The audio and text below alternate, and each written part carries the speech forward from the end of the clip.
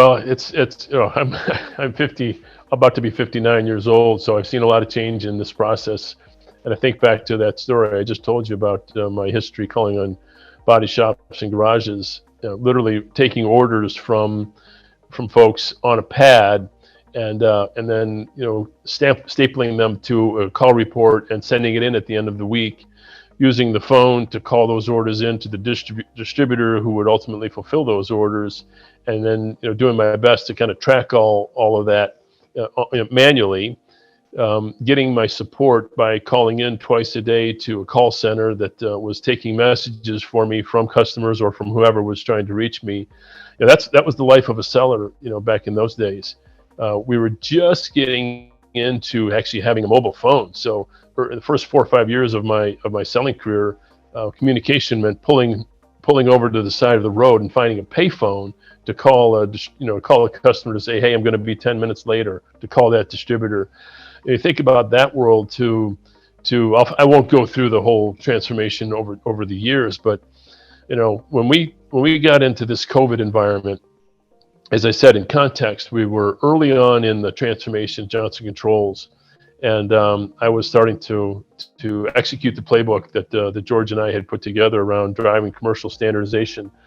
And I will never forget that. I guess is April of 2020. We went into the month, and directionally, just rough numbers, we closed about 40,000 deals a month. Okay, that there's some seasonality in that throughout the quarter. 40,000 deals a month, huge organization, and the vast majority, 98% plus of those, came as a result of a series of face-to-face meetings.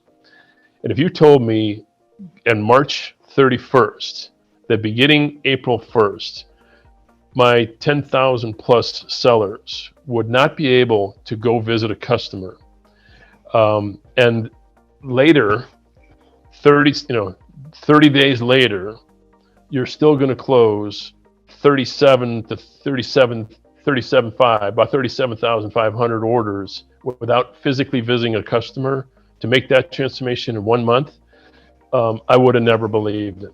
It was a massive, instantaneous change to pivot an entire organization into a virtual selling model.